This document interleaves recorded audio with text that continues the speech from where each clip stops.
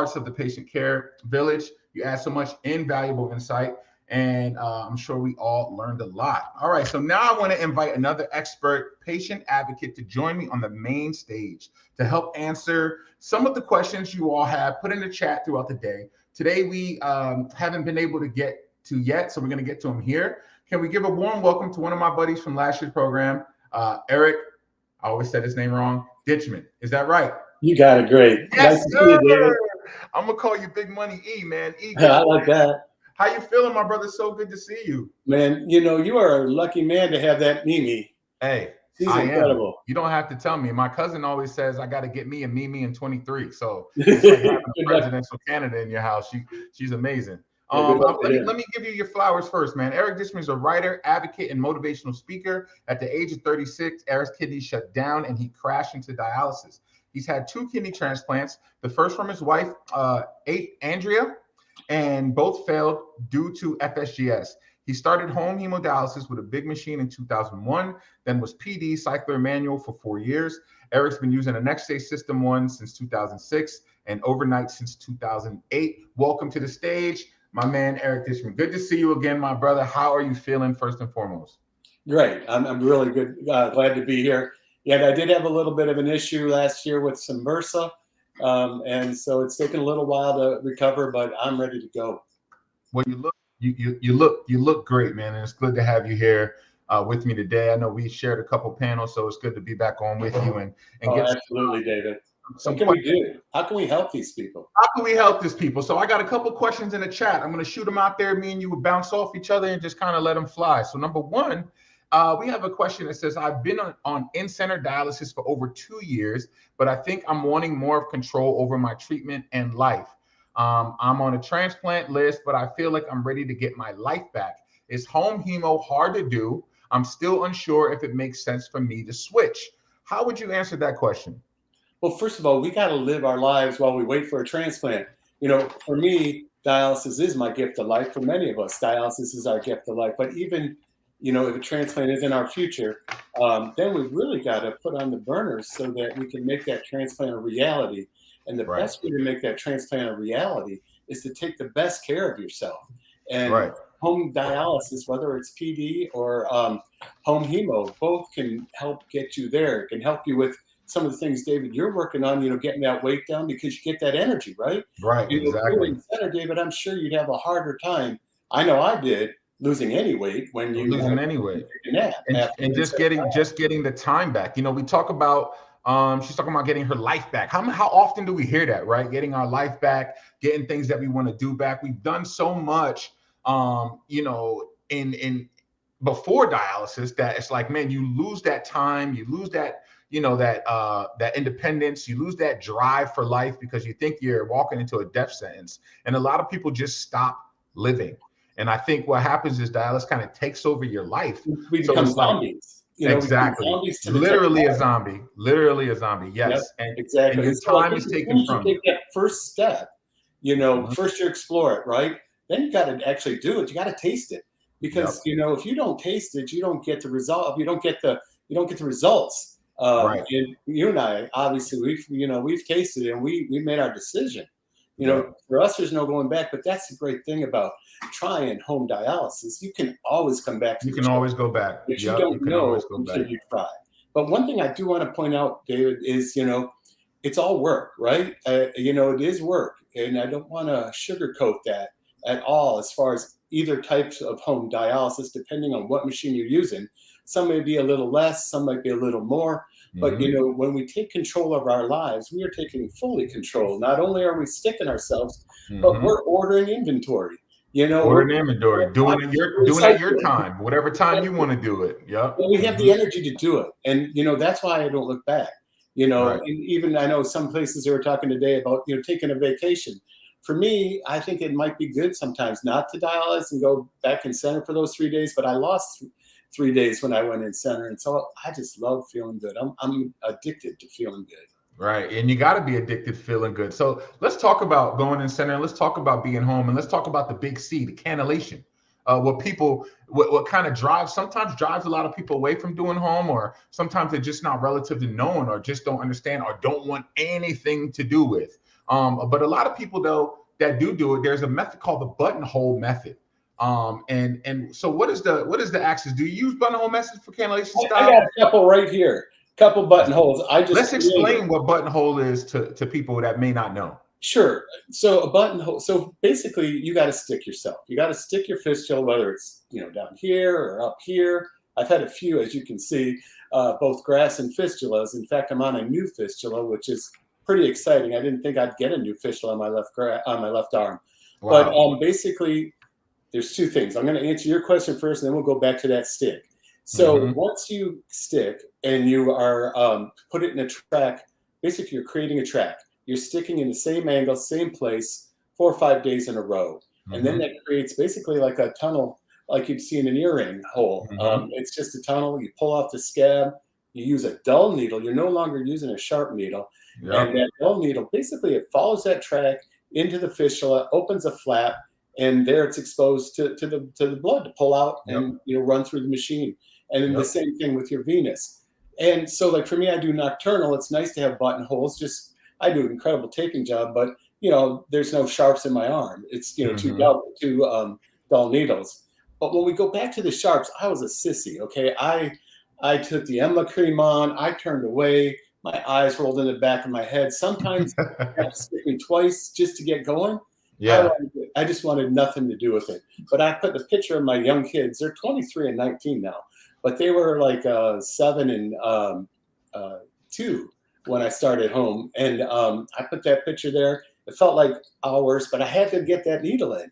And I was trained. They didn't scan me a needle and say, go to it. And once I slid it in, I was so surprised how it didn't hurt and how it just followed. And what I want to tell you, for those that have to use the sharps, what we find is, or at least what I find, is that when you have something to do, when your mind is taken off of the pain, because we have anxiety, we have pain because of the anxiety, we're afraid it's going to hurt, it does hurt, then we feel sorry for ourselves because it did hurt. So what happens is once you have a job, you can't worry about the hurt. So when I had my graft, I had this what's called ladder, which means you have to put it in a new place. I'd say ouch. My wife wouldn't even look at me because she knew what I was doing. I'd say ouch because it stuck, but then I couldn't worry about it because I had to tape it, and go to the next machine and hook.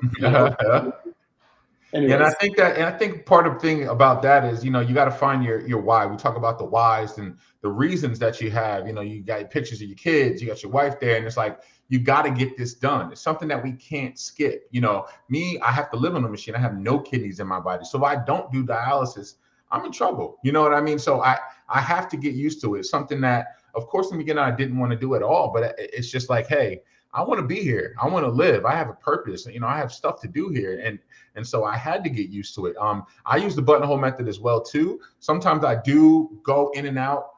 If I have to move a little bit, I got a brand new fistula too. It's January was when I got the new one in.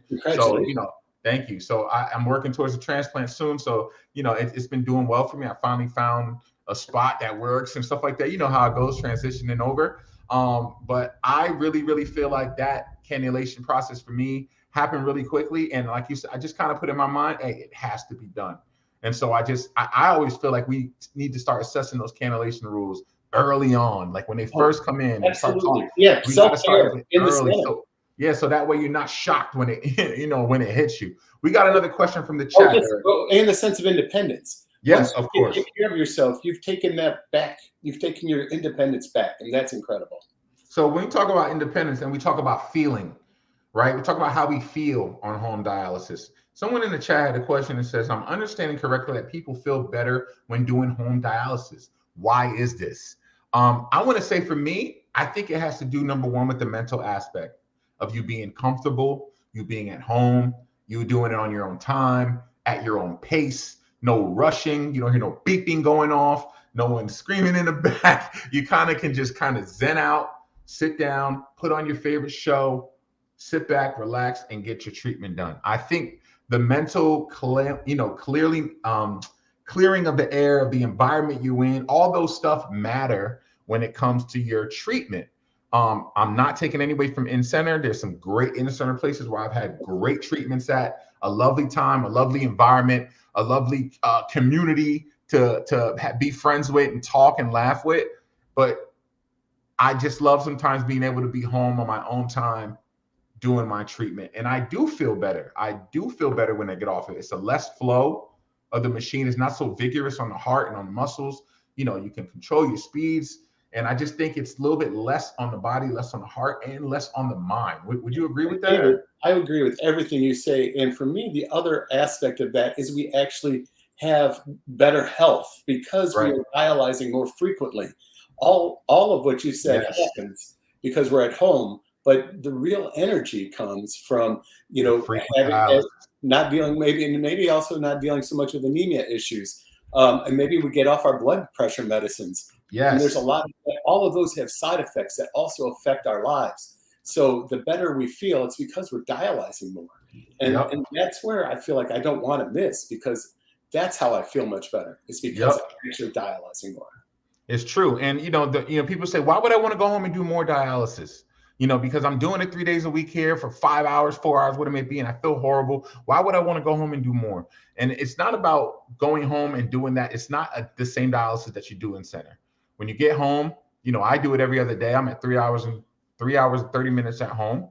And it's best for me, and everybody has their own pattern. Everybody has their own journey. Everybody has their own prescription. So what's for me may not be for you. It may be different for you. But for example, I do 8 hours a night, 3 nights on or 2 nights on, 1 night off. But right. all that translates also to me being there. So I am now there for my wife. I was there for my children in a much different way. All that also helps with body image. It helps with being able to be intimate with your significant other. It allows you, the sex libido comes back. There's so much more that I miss. And you're so sick on in-center that you don't even know you're missing. And the other last thing is you look better. So, you look like, hey, he's not going to have a heart attack. You look healthy. Yeah, you look, people don't even believe. They don't believe that I'm on, that I even do dialysis. And, I thank them for it. As our friend Dawn Edwards likes to say, he gets his sexy on. Don't let Dawn start talking and creeping into your mind, Eric. She is a handful. So this question here, my mom is beginning a phase. We have a couple minutes left, so we're going to try and speed up our answers a little bit. My mom is in the beginning phases of looking to do dialysis. We want to do home hemo. She's not a candidate for PD. As users, we are limited to the home machine that providers in our community have contract with. So, being that question, I can answer something on that here. Let me see here. I got an answer on that one. Where is it here? Okay, so people may have heard that Adam Wilson today in the USA, today with USA Home Dialysis, and their model actually sends nurses straight to the patients wherever in the country they are. So that might be a way to access the Tableau or whatever machine you're looking for in your community. Any part of that you can include. So basically, this company, US Home Dialysis, they're starting to send patients to the places that can't get, access to the home machines we have. So that should be able to answer that question there for Lynette. I hope that helped you. Look up Mr. Adam Wilson today for USA Home Dialysis. Look that company up and try and get some help there. Let's answer this one real quick, you and me, Eric. I'm at stage 5 patient, and I'm wondering about doing dialysis before the end stage to preserve what kidney function that remains. Is this advisable? What do you think? That's a nephrology question, but I do understand. We've talked earlier in this show about how PD can allow you to keep that renal function, because you want to keep whatever renal function you have for as long as you can. But home does provide that. Both home hemo and PD provide that opportunity where in-center can kind of dry you out quickly. I saw this other one by Jay Haas about night dialysis solo. It's not FDA approved. Depending on your nephrologist, you may be able to do it off-label. I personally have done nocturnal off-label solo, especially when I've traveled. Right. With my nephrologist's approval. Of course. All right, so that takes us here. We have a couple minutes left. I want to say 2 minutes. What advice can you give for anyone out there that's considering home dialysis, that is thinking about it, maybe scared about it? What advice could you give those people out there that are listening and watching? First of all, you don't have to go to in-center before you can go to home. I mean, if there's an opportunity, if that was an option for me, I would have transitioned to home first. If you're in-center, try it, because you will find out. They'll keep your chair, they'll keep your time. If you don't try it, you won't know what it feels like. And you're hearing, David and I, have better lives because of it. And we will shout it from whatever mountaintop we can. Join us, give it a shot and join us and come join the choir. Join the choir. And I would just say to you, man, give it a shot. I mean, you can always go back, like we've said numerous times. Home dialysis, it's just a freedom thing. It's just an independence thing. It's giving yourself back. Once you put that needle in, get that first shoot back, you're like, oh, I can do this. You get generated. You kind of can take back your life. You can make the football games. You can make the weddings. You can take the vacation. You can make it to the graduation services. All those things that you were taken away from. No one's telling you be here by 5 a.m. No one's telling you, I'm sorry, you're going to have to wait an hour. You don't have to hear those things anymore. You can do them all at home. And it's just something that you can learn and be educated and be empowered with. Eric, I want to thank you for your time, and it's always great seeing you, my brother. Thank you so much for being here with us. So now we have our final breakout of the day. So click the session tab and select either the session on PD or HHD, depending on what you want to learn more about. You have two options. We've been giving you options all day. So once you click those, it'll take you to where you want to be. And I will see you guys back here on the main stage, let's say around 4:30. All right, take care of yourselves, and I'll see you soon. Peace.